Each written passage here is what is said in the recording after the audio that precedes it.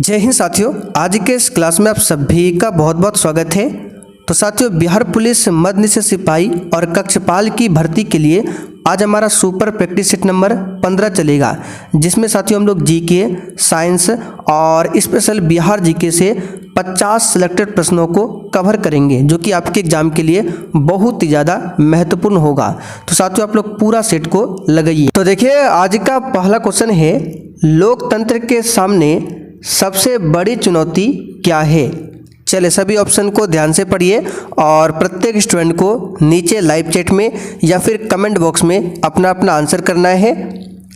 चलिए बताइए, question number 1 के लिए आंसर क्या होगा।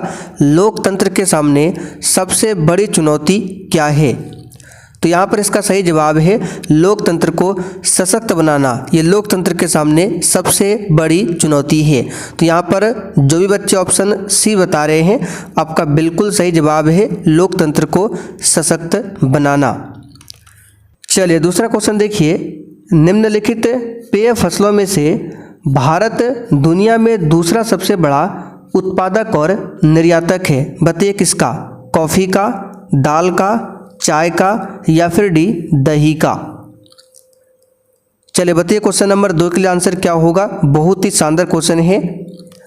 तो साथियों इसका सही जवाब है चाय का। ठीक है, भारत जो है दुनिया में दूसरा सबसे बड़ा उत्पादक और निर्यातक है। किसका? तो चाय का। लेकिन अगर आपसे पूछे चाय उपभोक्ता में प्रथम स्थान पर कौन आता है, तो भारत उपभोक्ता में प्रथम स्थान पर आता है। लेकिन उत्पादन और निर्यातक में पूछे तो दूसरे स्थान पर अपना भारत आता है।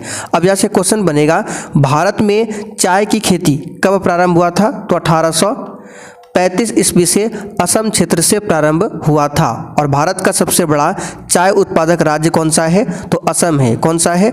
असम है। लेकिन कॉफ़ी की बात करें तो भारत में कॉफ़ी उत्पादन में सबसे अग्रणी राज्य कौन सा है, तो कर्नाटक। कौन है? कर्नाटक।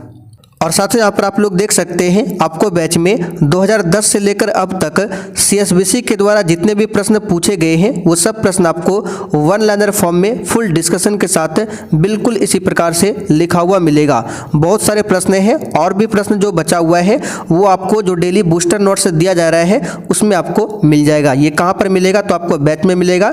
तो बैच को किस प्रकार से ज्वाइन करना है वो आपको क्लास के लास्ट में बताएंगे।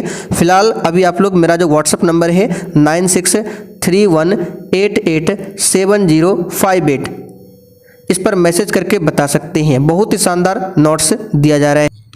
चलिए आगे बढ़ते। क्वेश्चन नंबर 3, मुद्रण की तकनीक सबसे पहले कौन से 3 देशों में आई थी। एक भी क्वेश्चन को छोड़ना नहीं है। और जो भी साथी चैनल पर पहली बार आए हैं, आप लोग क्लास टाइमिंग को नोट कर लीजिए। ये क्लास आपको डेली रात 8 बजे लाइव चैट के साथ दिया जाता है। तो मुद्रण की तकनीक सबसे पहले चाइना, जापान और कोरिया देशों में आई थी। तो यहाँ पर देखिए फर्स्ट ऑप्शन में दिया हुआ है चाइना, जापान और कोरिया। लेकिन अगर आपसे पूछे मुद्रण की तकनीक का शुरुआत किस देश में हुआ था, तो चीन में हुआ था। कहाँ पर हुआ था? चीन में हुआ था। अब यहाँ से कुछ एक्स्ट्रा क्वेश्चन आपको बताते हैं। जैसे कि अगर आपसे पूछे आधुनिक छापा खाना का आविष्कार किसने किया था, तो जॉन गुटेनबर्ग ने। यहाँ पर नाम लिख देते हैं, जॉन गुटेनबर्ग ने क्या किया था, आधुनिक छापा खाना का आविष्कार किया था। और प्रथम छपाई किस पुस्तक का किया गया था, तो बाइबल पुस्तक का प्रथम छपाई हुआ था। इस बात को ध्यान रखिएगा। चलिए आगे देखते हैं। क्वेश्चन नंबर 4, विविध खेती क्या है। और क्लास में हम आपको जो भी क्वेश्चन के साथ एक्स्ट्रा क्वेश्चन बताते हैं, आपको केवल ध्यान से सुनना है, आपको लिखने की ज़रूरत नहीं है। ये सब प्रश्न आपको वन लाइनर जीके में नोट्स के रूप में लिखा हुआ मिल जाएगा एप्लीकेशन पर। तो विविध खेती क्या है, तो याद रखिएगा खेती का एक प्रकार है। आगे देखिए, भारत में पहला जल विद्युत संयंत्र कहाँ लगाया गया था। बताइए, भारत में पहला जल विद्युत संयंत्र कहाँ पर लगाया गया था।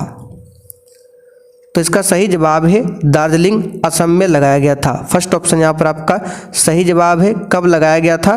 तो 1897 में, और ये एशिया का प्रथम जल विद्युत केंद्र था। अगर आपसे पूछे भारत में दूसरी जल विद्युत केंद्र की बात करें तो कहाँ पर स्थापित किया गया था? तो शिव सुंदरम कर्नाटक में कावेरी नदी पर स्थापित किया गया था भारत में दूसरी जल विद्युत केंद्र। कब? तो 1902 में। ये सब क्वेश्चन आपको ध्यान रखना है। और साथियों, अगर आपको एग्जाम के लिए बैच को ज्वाइन करना है तो आपका बैच स्टार्ट हो चुका है। ये हमारा व्हाट्सएप नंबर है, इस पर मैसेज करके बता सकते हैं कि सर हमें बैच को ज्वाइन करना है। आगे देखिए, बिहार में राज्यपाल विधान परिषद के कितने सदस्यों को मनोनीत करता है? देखिए, विधान परिषद की बात करें तो सभी राज्यों में मौजूद नहीं है। ये वर्तमान में केवल 6 राज्यों में मौजूद है, जिसमें अपना बिहार भी आता है। तो राज्यपाल जो है विधान परिषद के कितने सदस्यों को मनोनीत करता है? तो 1/6 भाग। बी ऑप्शन यहाँ पर आपका सही जवाब है। 1/6 भाग सदस्यों को मनोनीत करता है। आगे देखिए, भारतीय संविधान की किस धारा के अंतर्गत आदिवासियों को कमजोर वर्ग का स्थान दिया गया है? तो ये दिया गया है आर्टिकल 342 के अंतर्गत, ठीक है, एसटी को दिया गया है। और एससी के लिए आर्टिकल 341 है, यानी कि भारतीय संविधान का जो आर्टिकल 341 है इसका संबंध अनुसूचित जाति से है, और अनुसूचित जनजाति से आर्टिकल 342 संबंधित है। आर्टिकल 352 के अंतर्गत राष्ट्रीय आपातकाल का प्रावधान किया गया है, जो कि भारत में 3 बार लागू हो चुका है। 356 में क्या है? राष्ट्रपति शासन है। 360 में क्या है? वित्तीय आपातकाल है। और वित्तीय आपातकाल को भारत के संविधान में अमेरिका के संविधान से लिया गया है, और वित्तीय आपातकाल भारत में अभी तक एक बार भी लागू नहीं हुआ है। आगे देखिए, भारत में सबसे बड़ी जनजाति कौन सी है? बिल्कुल इसी प्रकार से फुल डिस्कशन के साथ आपका क्लास चलेगा, इसलिए आप लोग डेली क्लास कीजिए। और आपका 8:30 बजे से बिहार पुलिस कांस्टेबल के लिए भी क्लास स्टार्ट हो चुका है। तो साथियों, भारत में सबसे बड़ी जनजाति भील जनजाति है, लेकिन 2001 की जनगणना के अनुसार गोंड भारत की सबसे बड़ी जनजाति थी, लेकिन वर्तमान में नंबर 1 पर कौन है? तो भील है, और गोंड जो है नंबर 2 पर है। अब यहाँ से क्वेश्चन बनेगा, भारत का सबसे बड़ी जनजाति आबादी वाला राज्य कौन सा है? तो मध्य प्रदेश है। कौन सा है? मध्य प्रदेश। आगे देखिए, इंग्लैंड में औद्योगिक क्रांति किस उद्योग से प्रारंभ हुई थी? तो साथियों, इंग्लैंड में औद्योगिक क्रांति जो है किस उद्योग से प्रारंभ हुआ था? वस्त्र उद्योग से। बी वाला ऑप्शन यहाँ पर आपका सही जवाब है, वस्त्र उद्योग। आगे देखिए, निम्नलिखित में से किसे लोकनायक कहा गया है? तो ये तो सिंपल सा क्वेश्चन है, कई बार आपको बता चुके हैं। तो इसका सही जवाब हो जाएगा जयप्रकाश नारायण को लोकनायक कहा गया है। और अगर आपसे पूछे बाल गंगाधर तिलक को, तो लोकमान्य की उपाधि दिया गया है। अच्छा, जननायक किसे कहा जाता है? तो कर्पूरी ठाकुर को जननायक कहा जाता है। अजात शत्रु किसे कहा जाता है? तो डॉक्टर राजेंद्र प्रसाद को। और महामना की उपाधि किसे मिला है? तो महामना की उपाधि मदन मोहन मालवीय को मिला है। ये सब क्वेश्चन आपको बता चुके हैं। आगे देखिए, बिहार में होम रूल लीग के अध्यक्ष कौन थे?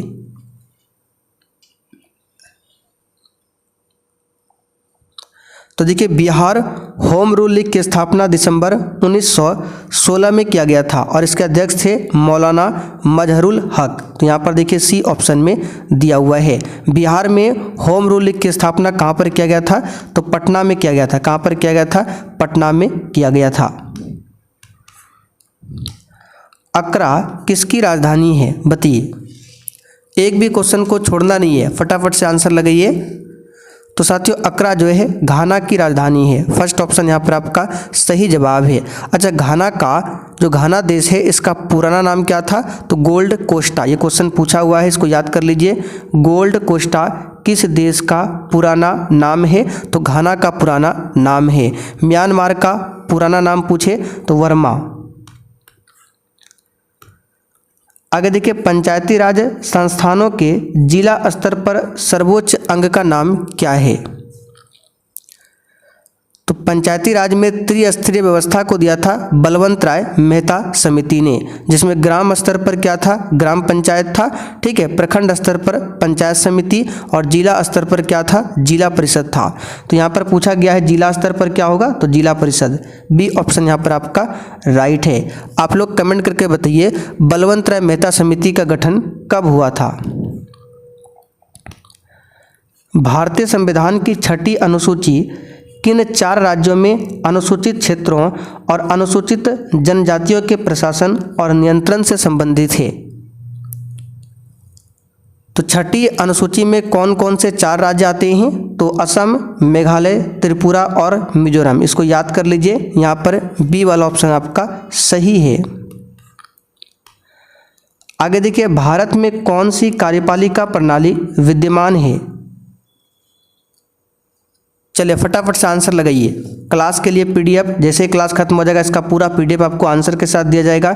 1 liner notes, 1 liner question bank, special Bihar GK का नोट्स, सब कुछ आपको बैच में मिलेगा एप्लीकेशन पर। ये व्हाट्सअप नंबर है, इस पर मैसेज करके बता सकती हैं। तो भारत में कौन सी कार्यपालिका प्रणाली विद्यमान है? तो संसदीय प्रणाली, बी ऑप्शन यहाँ पर आपका राइट है, संसदीय प्रणाली। आगे देखिए, सितंबर 1916 में निम्नलिखित में से किसने मद्रास में होम रूल लीग की स्थापना किया था? अच्छा, भारत में होम रूल लीग के जनक पूछे कौन है? तो एनी बेसेंट है। कौन है? एनी बेसेंट है, इस बात को ध्यान रखिएगा।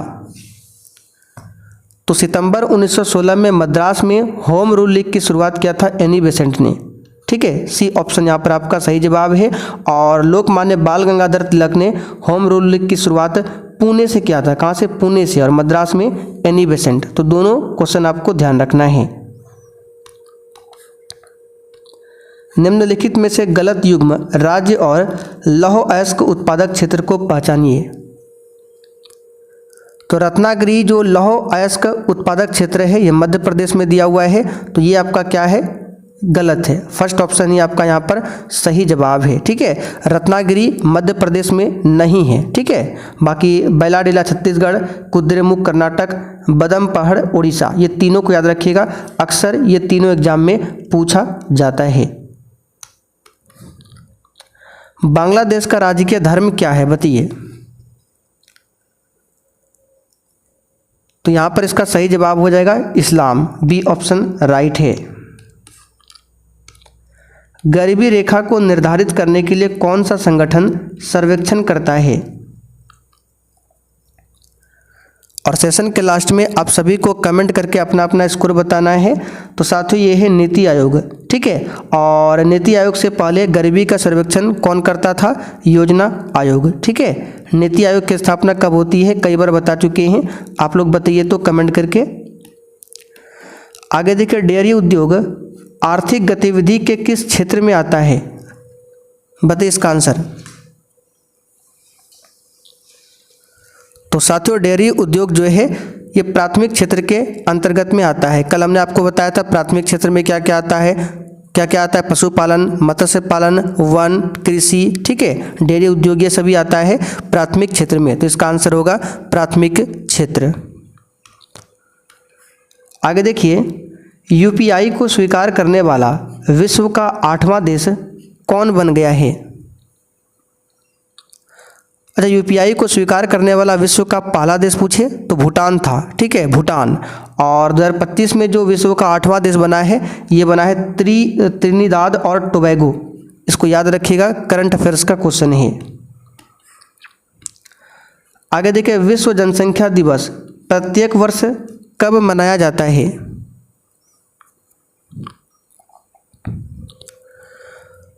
तो 11 जुलाई को मनाया जाता है। और वर्तमान में विश्व में सर्वाधिक जनसंख्या वाला देश पूछे तो अपना भारत है।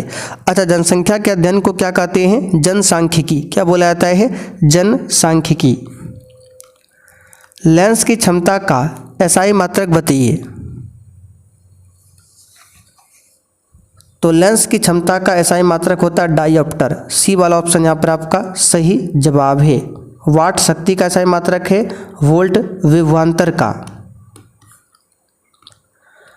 आगे देखिए, विद्युत धारा मापने वाले यंत्र को क्या कहते हैं? तो साथियों, विद्युत धारा मापने वाले यंत्र को बोला जाता है एमीटर। बी ऑप्शन यहाँ पर आपका सही जवाब है, एमीटर कहा जाता है।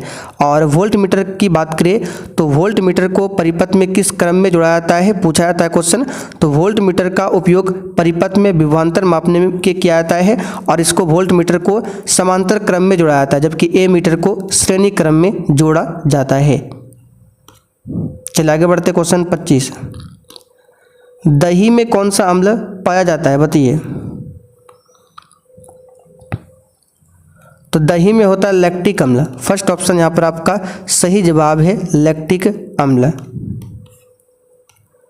आगे देखिए, सबसे अधिक कठोर एवं तन्य धातु कौन सी है,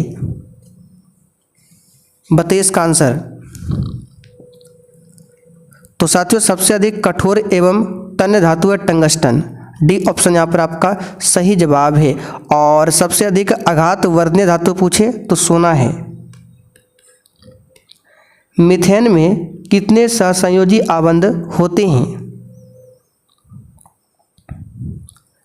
तो साथियों, मीथेन में 4 सहसंयोजी आबंध होते हैं। आगे देखिए, रक्त का थक्का बनाने में कौन सी कोशिकाएं मदद करती है? सही जवाब है, प्लेटलेट्स मदद करती है। सी ऑप्शन यहाँ पर आपका राइट है। रक्त का पीएच मान कितना होता है? 7.4 होता है, जो कि क्षारीय प्रकृति का होता है। आगे देखिए, मानव में निषेचन की क्रिया कहाँ होती है, बताइए। तो ये अपने पढ़ा होगा 10th क्लास में, फैलोपियन ट्यूब यानी कि अंडवाहिनी में। सी ऑप्शन यहाँ पर आपका राइट है। आगे देखिए, आनुवांशिकी का जनक किसे कहा जाता है, बताइए।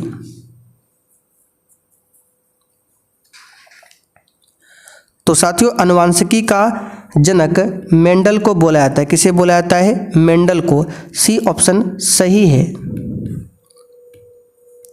आगे देखिए, निम्नलिखित में से कौन एक प्राथमिक उत्पादक है, बताइए। इसमें से कौन एक प्राथमिक उत्पादक है? तो पेड़ पौधा ये सभी आपका उत्पादक में आता है, ठीक है। तो यहाँ पर देखिए, हरा पौधा दिया हुआ है। अब हरा पौधा को कौन खाता है? तो टिड्डा खाता है। तो टिड्डा आपका क्या हो गया? ये प्राथमिक में आ जाएगा, ठीक है, उत्पादक में नहीं। प्राथमिक उपभोक्ता में टिड्डा आ जाएगा। और टिड्डा को कौन खाएगा? तो मेंढक खाएगा। तो मेंढक आपका द्वितीयक उपभोक्ता। मेंढक को कौन खाएगा? सांप खाएगा। तो सांप आपका तृतीयक उपभोक्ता। इस प्रकार से क्रम चलता है। तो उत्पादक आपका हरा पौधा हो गया। आगे देखिए, कौन सा ऊर्जा स्रोत अनवीकरणीय है, बताइए। तो अनवीकरणीय ऊर्जा स्रोत वे स्रोत होते हैं जो सीमित मात्रा में उपलब्ध है और जिनको बनने में लाखों वर्ष लगते हैं। तो जैसे कि कोयला हो गया। चलिए आगे देखिए, सविनय अवज्ञा आंदोलन के दौरान डॉक्टर राजेंद्र प्रसाद को 5 जुलाई 1930 को कहां से गिरफ्तार किया गया था, बताइए। इस क्वेश्चन का आंसर क्या होगा? तो उन्हें गिरफ्तार किया गया था छपरा से, ठीक है, छपरा से गिरफ्तार किया गया था और उन्हें 6 महीने की सजा हुई थी। बिहार से प्राप्त मौर्य अभिलेखों की लिपि कौन सी है?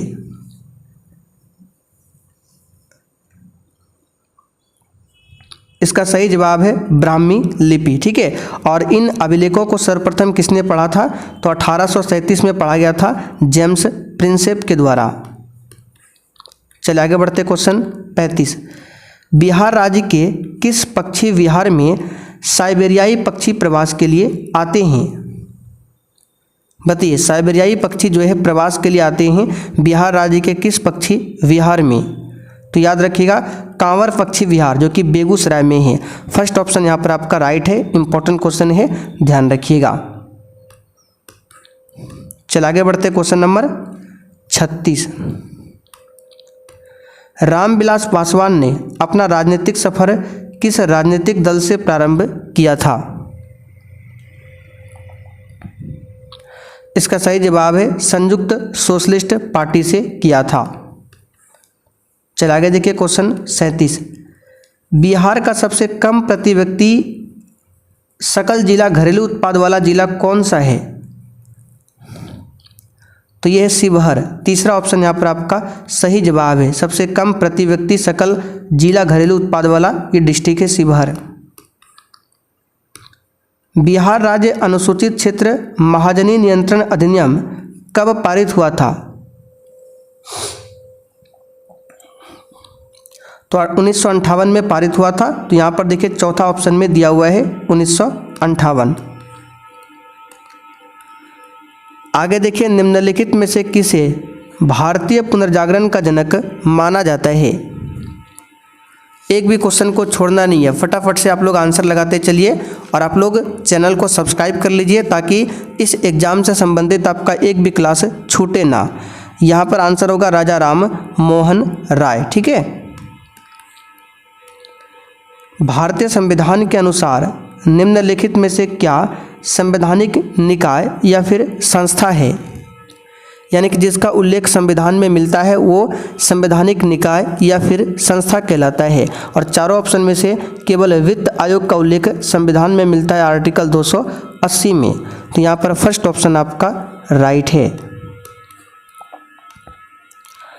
आगे देखिए डेमोक्रेसी शब्द किस भाषा से लिया गया है? बताइए। तो साथियों डेमोक्रेसी शब्द जो है ग्रीक भाषा से लिया गया है। किस भाषा से? ग्रीक भाषा से। फर्स्ट ऑप्शन यहाँ पर आपका सही है। आगे देखिए हर्षचरित के लेखक कौन थे? बताइए क्वेश्चन 42 के लिए आंसर। हर्षचरित के लेखक कौन थे? तो इसका सही जवाब है हर्षवर्धन के दरबारी कवि बाणभट्ट। सिंपल सा क्वेश्चन है, यहाँ पर फर्स्ट ऑप्शन आपका राइट है। और हर्षवर्धन की बात करें तो हर्षवर्धन के शासनकाल में ही चीनी यात्री हुएनसांग भारत की यात्रा किया था। चलिए आगे देखिए सारे जहां से अच्छा हिंदुस्तान हमारा गीत किसने लिखा? तो ये लिखा है मोहम्मद इकबाल ने। तीसरा वाला ऑप्शन यहाँ पर आपका सही है। आगे देखिए प्रथम बौद्ध परिषद कहाँ पर आयोजित की गई थी? तो 4 बौद्ध संगति का आयोजन हुआ था। कल भी हमने सेट में आपको बताया था, अगर आप डेली क्लास करते हैं तो बिल्कुल आराम से आंसर बता सकते हैं। तो प्रथम बौद्ध परिषद का आयोजन 483 ईसा पूर्व में राजगिरी में हुआ था। तो यहाँ पर देखिए राजगिरी दिया हुआ है। तीसरा ऑप्शन आपका राइट है। और इस सभा का जो अध्यक्ष था, यानी इस सभा की जो अध्यक्षता किया था महाकश्यप ने किया था। किसने? महाकश्यप ने। भारत में स्थानीय स्वशासन का जनक किसे कहा गया? तो सिंपल सा क्वेश्चन है, लॉर्ड रिपन को कहा गया। किसे? लॉर्ड रिपन को। भारत में रेलवे का जनक डलहौजी को कहा गया है। बड़ी फर्मों की कम संख्या वाले बाजार को क्या कहते हैं? राइट आंसर है अल्पाधिकार कहा जाता है। एकाधिकार बाजार संरचना में विक्रेताओं की संख्या कितनी होती है? तो सिंपल सा क्वेश्चन है, एकाधिकार यानी एक। तो एकाधिकार मार्केट में जो विक्रेताओं की संख्या है उसमें एक ही होता है। तीसरा ऑप्शन आपका राइट है। निम्नलिखित में से किसके बीच सही मेल है?